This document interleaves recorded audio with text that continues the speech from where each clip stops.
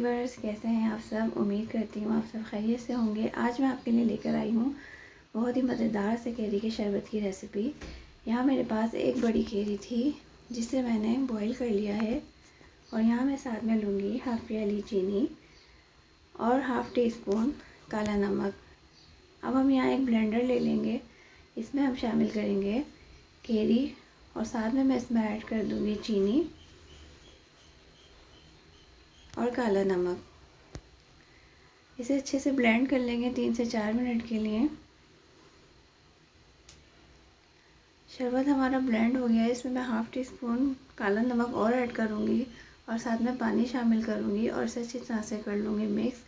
मज़ेदार सा हमारा कैरी का शरबत तैयार है। मेरी आज की रेसिपी आपको कैसी लगी? अगर आपको मेरी रेसिपी पसंद आई हो तो मेरे चैनल को सब्सक्राइब करें, लाइक करें, शेयर करें और बेल आइकन को प्रेस करना ना भूलें। मिलते हैं नेक्स्ट वीडियो में। खुदा हाफिज़।